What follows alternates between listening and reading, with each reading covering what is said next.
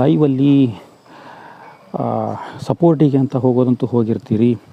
ಆದರೆ ಸಪೋರ್ಟಿನ ಮಧ್ಯ ಯಾರ ಸಪೋರ್ಟಿಗೆ ನೀವು ಹೋಗಿರ್ತೀರಿ ಅವರ ಲೈವಲ್ಲಿ ನೀವು ಒಂದು ವಿಡಿಯೋನ ನೋಡಿ ಕಮೆಂಟ್ ಹಾಕಿ ಲೈಕ್ ಕೊಟ್ಟು ಬಂದರೆ ಅದಕ್ಕಾಗಿ ಸಪ್ರೇಟಾಗಿ ಯಾರಿಗೂ ಕೂಡ ವಿಡಿಯೋ ನೋಡಲಿಕ್ಕೆ ಹೋಗಲಿಕ್ಕೆ ಆಗೋಲ್ಲ. ಸಪೋರ್ಟಿನ ಮಧ್ಯೆ ಒಂದು ವಿಡಿಯೋ ಒಂದು 2 ನಿಮಿಷನಾದರೂ ಪೂರ್ತಿ ನೋಡಲಿಕ್ಕೆ ಆಗಲಿಲ್ಲ ಅಂದರೂ ಒಂದು 2 ನಿಮಿಷನಾದರೂ ನೋಡಿ ಬಂದರೆ ಅದರಿಂದ ಅವರಿಗೆ ಅಲ್ಲಿನೂ ಕೂಡ ವಿಡಿಯೋ ಬೂಸ್ಟ್ ಮಾಡಿದಾಗ ಆಗುತ್ತೆ. ಹಾಗಾಗಿ ಹೆಚ್ಚಾಗಿ ಬಂದವರು ಲೈವ್ನಲ್ಲಿ ಸಪೋರ್ಟ್ ಮಾಡೋದ್ರ ಮಧ್ಯ ಅವರ ಚಾನಲಿಗೆ ಹೋಗಿ ಒಂದು 2 ನಿಮಿಷದ ವಿಡಿಯೋ ನೋಡಿ ಒಂದು ಲೈಕ್ ಕಮೆಂಟ್ ಕೊಟ್ಟು ಬನ್ನಿ.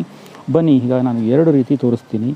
ಒಂದೊಂದು ಕಡೆಗೆ ಮೆಸೇಜನ್ನು ಮಾಡಲಿಕ್ಕೆ ಶೋ ಆಗೋದಿಲ್ಲ, ಹಾಗಾಗಿ ಅದು ಯಾವ ರೀತಿ ಮಾಡಬೇಕು ಅನ್ನೋದನ್ನು ನಿಮಗೆ ತೋರಿಸ್ತೀನಿ. ಹಾಗೆಯೇ ಯಾವ ಥರ ಹೋಗಿ ಕನೆಕ್ಟ್ ಆಗಬೇಕು ಅಂತಲೂ ತೋರಿಸ್ತೀನಿ. ಇಲ್ಲಿ ಮೇಲೆ ಇದು ನನ್ನ ಮೊನ್ಸೂನ್ ಬ್ರದರ್ ಲೈವ್ ಈಗ ಶುರುವಾಗಿರೋದು ನೋಡಿ. ಇಲ್ಲಿ ನಾನು ಪಕ್ಕದಲ್ಲಿ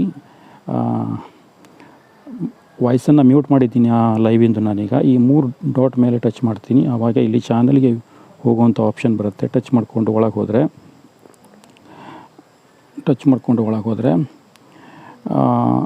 ವೀಡಿಯೋಗಳು ಅಂತ ತಗೊಳ್ಳೋಣ. ವೀಡಿಯೋಗಳು ಅಂತ ತಗೊಂಡ್ರೆ ನಾನು ಪ್ರತಿಯೊಂದು ವೀಡಿಯೋನೂ ಅವರದ್ದನ್ನು ನೋಡ್ತಾನೆ ಇರ್ತೀನಿ. ಅವರು ನನ್ನ ಆಪ್ತ ಮಿತ್ರ, ಹಾಗಾಗಿ ಯಾವೊಬ್ಬ ವೀಡಿಯೋನೂ ಬಾಕಿ ಇದ್ದದ್ದು ಇಲ್ಲ, ನಾನು ಅವರದ್ದು ವೀಡಿಯೋ ನೋಡೋದು. ಓಕೆ, ಇದನ್ನೇ ನೋಡೋಣ.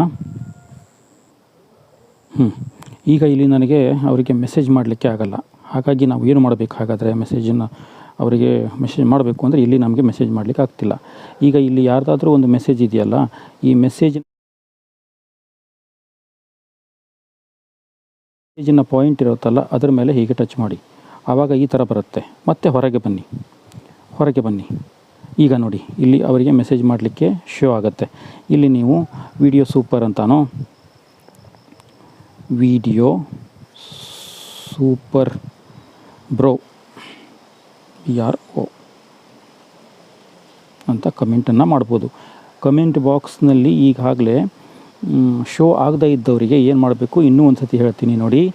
ನಿಮಗೆ ಶೋ ಆಗದೇ ಇದ್ದಾಗ ಯಾರ್ದಾದ್ರೂ ಒಂದು ಕಮೆಂಟಿನ ರಿಪ್ಲೈ ಮಾಡಬೇಕು ಅನ್ನೋ ಆಪ್ಷನ್ ಇರುತ್ತಲ್ಲ, ಅದರ ಮೇಲೆ ಟಚ್ ಮಾಡಿದಾಗ ಈ ಥರ ಆಪ್ಷನ್ ಬರುತ್ತೆ. ಮತ್ತು ಹೊರಗೆ ಬಂದಾಗ ನಿಮಗೆ ಅವರಿಗೆ ಶೋ ಮಾಡಲಿಕ್ಕೆ ಆಗುತ್ತೆ. ಓಕೆನಾ? ಇದಾಗಿತ್ತು ಒಂದು ಸಣ್ಣ ವಿಡಿಯೋ ಸಪೋರ್ಟ್ ಮಾಡಲಿಕ್ಕೆ ಮತ್ತು ಕಮೆಂಟ್ ಹಾಕಲಿಕ್ಕೆ ಉಪಯೋಗ ಆಗುವಂಥದ್ದು. ಧನ್ಯವಾದ.